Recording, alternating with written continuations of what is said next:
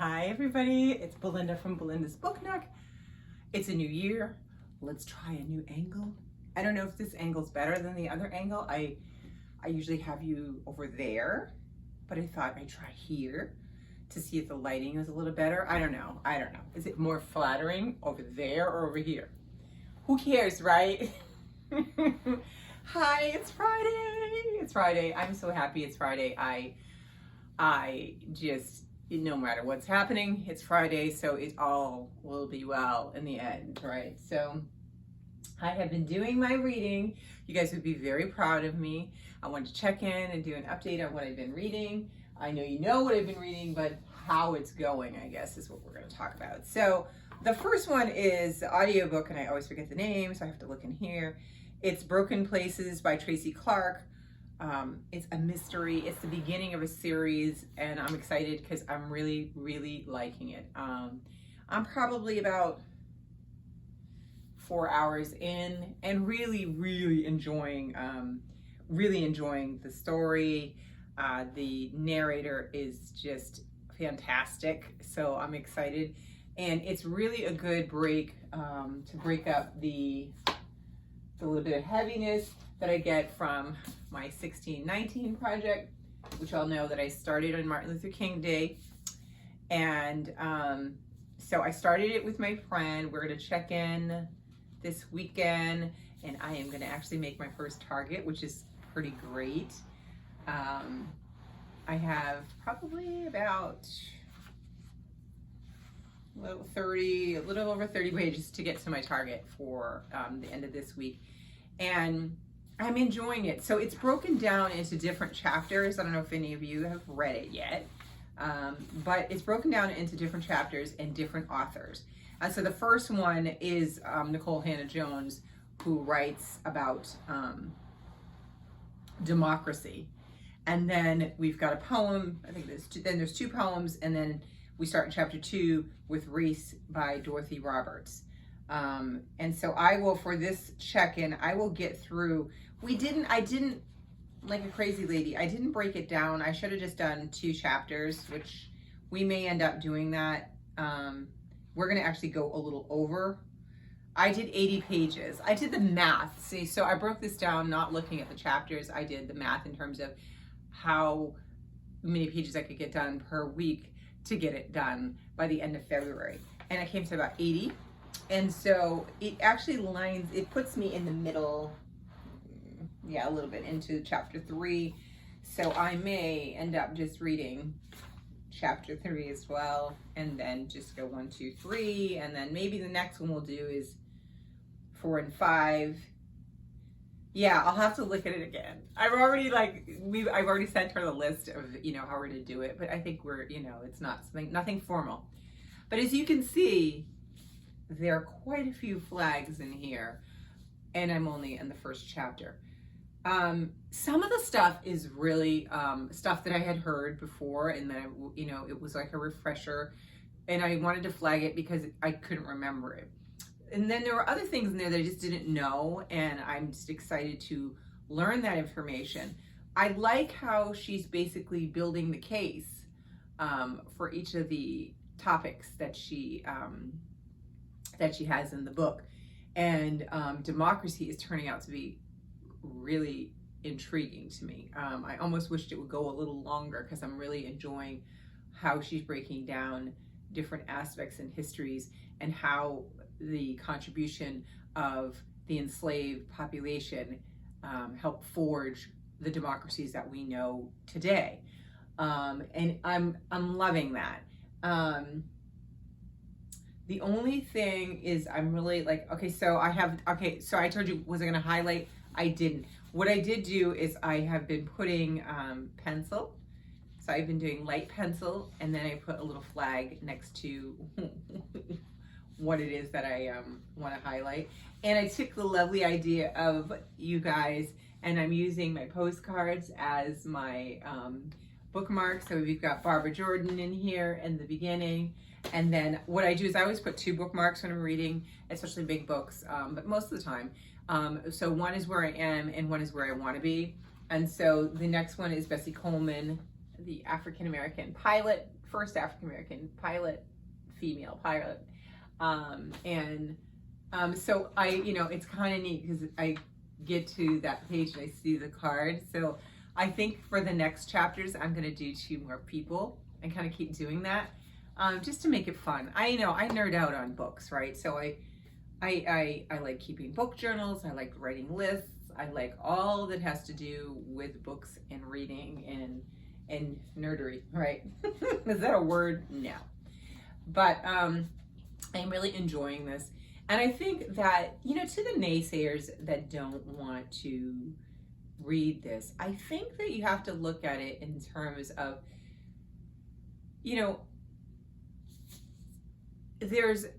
when you're talking about history, oftentimes it gets very narrow and focused, and things do get left out, sometimes intentionally and sometimes not so intentionally. But this is a good one that gives you things that you do know, and it adds I think when you read the history books that we read when we were children, the enslaved people were portrayed as really kind of dumb and kind of mute and not strong and not smart and not determined. And so I think that they fade into the background of history when you read those books. This one puts them more at the forefront so that you can see how they've contributed. And so I think, before anybody says anything, read the book, and then you'll understand why it is important. But the same things you said is like, there are other groups in this country that have histories that are not included in history. This one has a more of a focus. It gives you, of what the experience was with the enslaved population and how that created the environment that we're in now, and the colonists, basically just how we are, where we are now. Now, you could also say that it doesn't really talk about, like the indigenous or the native people, at least so far where I am in the book. But I think that's why more books need to be continually created. It's not like those history books that we've read in the past are the end all.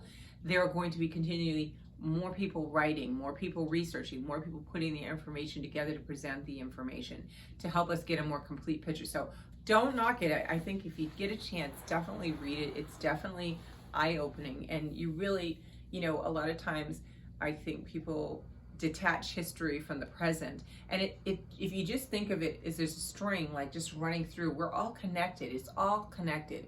So you can't continue and question what is if you don't know what was. So that's why it's really important. And I'm getting really preachy and I just realized it. But that's how this book makes you feel.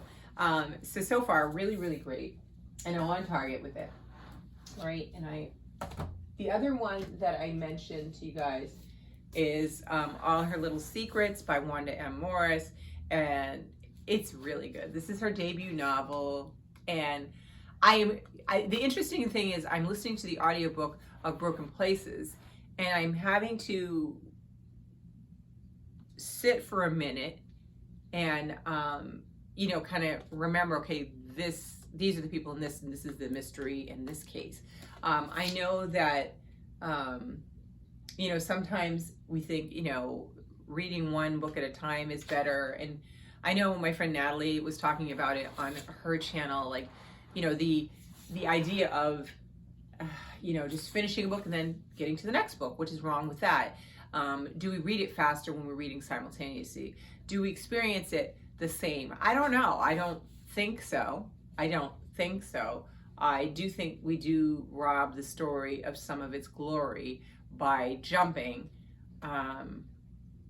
But sometimes I do it. Sometimes I don't. Like if I really get into the groove with, say I'm reading 2 or 3 books and I get in the groove of one, I might set them aside and just finish that and then hunker down on the other ones. But right now I am noticing that I have to kind of catch myself when I get back to this story. Okay, this one, is talking about the character is a lawyer and we're investigating or trying to figure out who killed her boss. And the other one we're talking about a former cop who's now a PI who is trying to solve the mystery of who killed the father, and not her father, but preacher. And so I have to kind of orient myself right before I read them. And that said, I am still going to continue this way for the rest of this month. But like I said, depending upon what the books are, if they're very different, I'm not confusing this with the 1619 project. So for me to pick those two up and do them simultaneously is not a problem. Oftentimes I will do that. I'll have a nonfiction that I'm reading, and the fiction are the ones, like I will wait for me to finish one before I get to the next one, just so that I can kind of keep everything straight. But I have written down the characters, and I have little cheat sheets that I refer to and peek at so that I remember before I get started who's who. But I am really enjoying, and it's kind of funny because I'm trying to be free with my reading this year, a little ease up the need to feel like I have to read only serious things, and just trying to enjoy the process. So I am really enjoying the mysteries, because I dip in mysteries more in the summer, and I always do the March Mystery Madness, and that's always fun to like pull out some more. But it's kind of nice to have them mixed in, and other types of books. Like I would definitely, I know I can see myself mixing in some of the romance and some of the other things that I read that are like much more light with the stuff that I'm reading. So that's where I am. I don't know, what are you guys reading right now? And do you think like it's better to read them one at a time, or do you think it's okay? Or do you feel that, like, I feel like you can't say that the experience is the exact same as if you read it alone without any other books in your mind, because I don't know, I just feel like even though it's the same story, the rhythm of the story is interrupted when you jump in something else and then you come back. It's like if you were watching two TV shows, and maybe, say you started watching a TV show and then you went into 15 minutes and then you went 15 minutes of that show, whereas you would gain more from this show if you watched it to the end. So I don't know. And I think part of the reason that I've started doing this is because of how BookTube is. I mean, BookTube is about books, but let's face it, it's the numbers and volume, and people read a lot of books, and we're trying to get more books so that we can talk about more books, when we do videos. So I think there's that level of pressure to read more, but I don't know. I think I think my friend Natalie has a good point in that, maybe giving it a try again, back to the old school, might be my jam. I mean, especially when I have a bunch of fiction. If it's fiction and nonfiction, I don't really feel like that really applies, but I definitely think if it's fiction, I feel like I'm repeating myself. It's Friday. I hope you have a wonderful weekend. I'm not going to keep you guys. Let me know if this angle's funky. I feel weird. Like, I'm not sure how should I be sitting like that? I don't really, I've been so used to like you guys kind of being there, that this angle is kind of interesting, but it does have good light. So the things that we stress about, right? I hope you guys are well. Let me know what you're reading. My TBR cart is over here out of shot purposely because I keep changing it. I told Didi this. I'm like, I walk by and I look at it and I'm like, yeah, I'm liking that. And then I come by another hour and I'm like, and I pull out something. Or I go by one of my bookshelves in the house and I see something and I go, oh, I thought I should read that. And I go stick it in the cart. So this cart, I have to manage myself with the cart. I have to figure out how to just stop. These are what I'm thinking about. And then this is what they're my TBR, meaning that they are not assigned to any specific month, but I'm hoping that I'll get to these books before the year is over. And like I said, I filled the top, I filled the bottom, and the middle is just book journal stuff. Although a couple of books have slipped in there that are not fitting at the top, which means I'm going to pare it down. I'm not going to go over any more than that can fit on the top and the bottom, because let's all face it, I am not the one. I don't read that fast, and I know that I will just only disappoint myself. So, and then what I think I'm going to do is I'm going to show you the card. I'm going to do it this week coming up. No matter what, I'm going to show it to you guys, and I'm going to try to not edit it anymore.